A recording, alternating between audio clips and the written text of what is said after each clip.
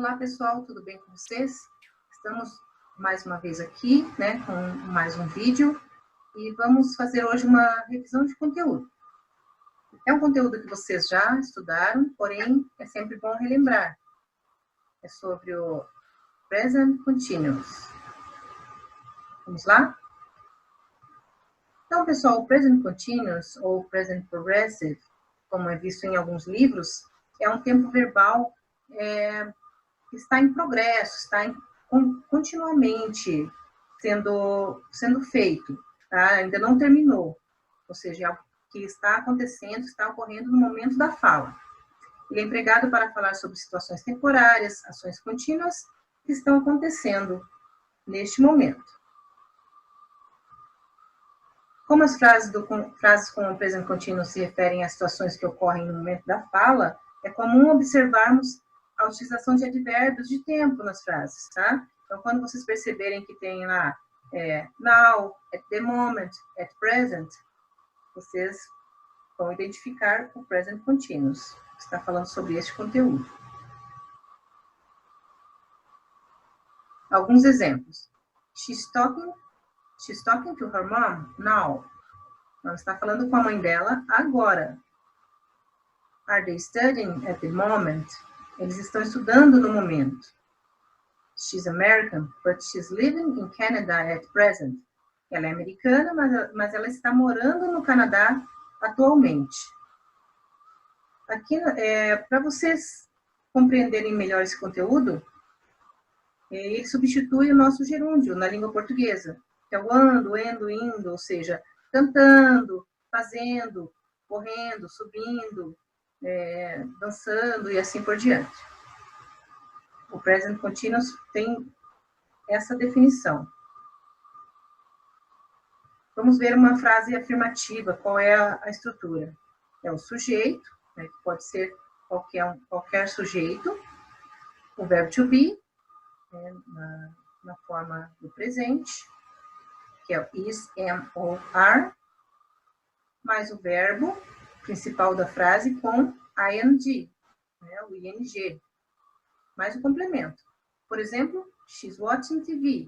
Então, she é o sujeito, is o verbo to be, watching seria o verbo watch, acrescido de ing. E TV, né, TV, que é o complemento. Forma negativa é o sujeito, mais o verbo to be, mais o not, mais o verbo principal com ing. E mais o complemento. She's not watching TV. Parece que aqui na estrutura tem tanta coisa, né? E a frase é tão curta, mas está tudo aqui, ó. She, sujeito, is, verbo to be, not, mais what, seria o verbo principal, mais ing e mais o complemento. Forma interrogativa. Verbo to be, mais o sujeito, mais o verbo, com ing, mais complemento. Aqui, como em todos os outros conteúdos da língua inglesa, ou a maioria deles, o verbo vai no início da frase, ele troca de lugar com o sujeito e não pode esquecer de acrescentar o ponto de interrogação. Bom, aqui nós temos as formas contraídas do verbo to be. Então, I am, I'm, e assim por diante, ó. You're, is, she's, it's, you're, we're, they're. Eu posso utilizar essa forma também. Nas frases negativas, podemos usar as formas contraídas, o verbo to be mais o not. Mas não ocorre aqui com a primeira pessoa, tá? O singular, que é o I am not, vai ser sempre I am not. Eu não posso contrair aqui, no caso, o am com o not.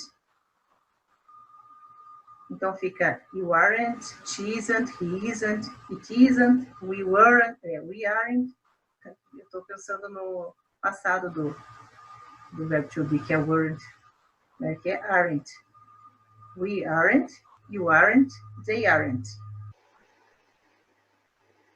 Só um lembrete aqui, tá, pessoal? Vocês podem utilizar essa forma contraída, tanto essa da negativa, quanto essa aqui da afirmativa, mais na oralidade. Procure não usar em redações, se vocês forem fazer algum teste, algum concurso, né, que for exigido aí uma redação, um texto, procurem sempre fazer a forma cheia, tá? I am, you are. Essa forma contraída, ela é mais utilizada na oralidade. Ela é mais informal. As regras do present continuous. Então, vamos ver a primeira regra. Quando o verbo principal termina em e é precedido de consoante, então nós vamos retirar a vogal e acrescentar o ing, o ing. Então, aqui nos exemplos, to dance, né, foi retirada a letra E, o dancing, take, taking, make, making, come, coming. Como toda regra tem sua exceção, aqui neste conteúdo também temos uma exceção, que é o verbo to be, quando ele está na forma do infinitivo, tá? Na forma original dele. Aí, nesse caso, eu não retiro a letra E, só acrescento a ing. Vamos lá. Bom, aqui foi uma repetição, né, da exceção. Não é comum também, pessoal, mais um lembrete aqui, utilizar o present continuous com alguns verbos. Aqui eu tenho alguns, não são todos, né? São muitos verbos existentes, mas alguns aí, os mais utilizados, pelo menos. Então, com o verbo agree, need, believe, know, like. São os exemplos que eu coloquei aqui, são os mais utilizados. Com esses verbos, nós não utilizamos o present continuous, tá? Não é comum, pelo menos, ver uma palavra assim, por exemplo, agreeing, needing, believing, knowing, liking, tá? Então, procure não utilizar com o presente contínuo esses verbos aqui. Na segunda situação, quando o verbo termina com IE, troca-se essa terminação por Y e acrescenta-se ING.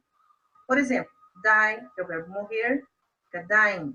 Porém, olhem, eu tirei IE, acrescentei o Y mais o ing. Da mesma forma que o verbo mentir, né, lie, foi retirado IE, acrescentado o Y e o ING. Na terceira situação, quando o verbo é monossílabo ou dissílabo, ou seja, se ele tem uma sílaba ou duas sílabas, e segue o padrão de consoante, mais vogal, mais consoante, que tem, essa regra tem em outros conteúdos também, né? Duplica-se a última consoante. Então, swim ficou swimming, travel, traveling. Só lembrando esse verbo aqui, travel, no inglês americano, ele é com um L só, tá? Tanto aqui na forma original do infinitivo, quanto no contínuo. No inglês britânico, nós utilizamos dois L's, e essa é a diferença, mas não tem diferença de sentido, de significado. É o mesmo sentido, porém tem essa diferença ortográfica. De cut, cutting, to run, running, to sit, sitting.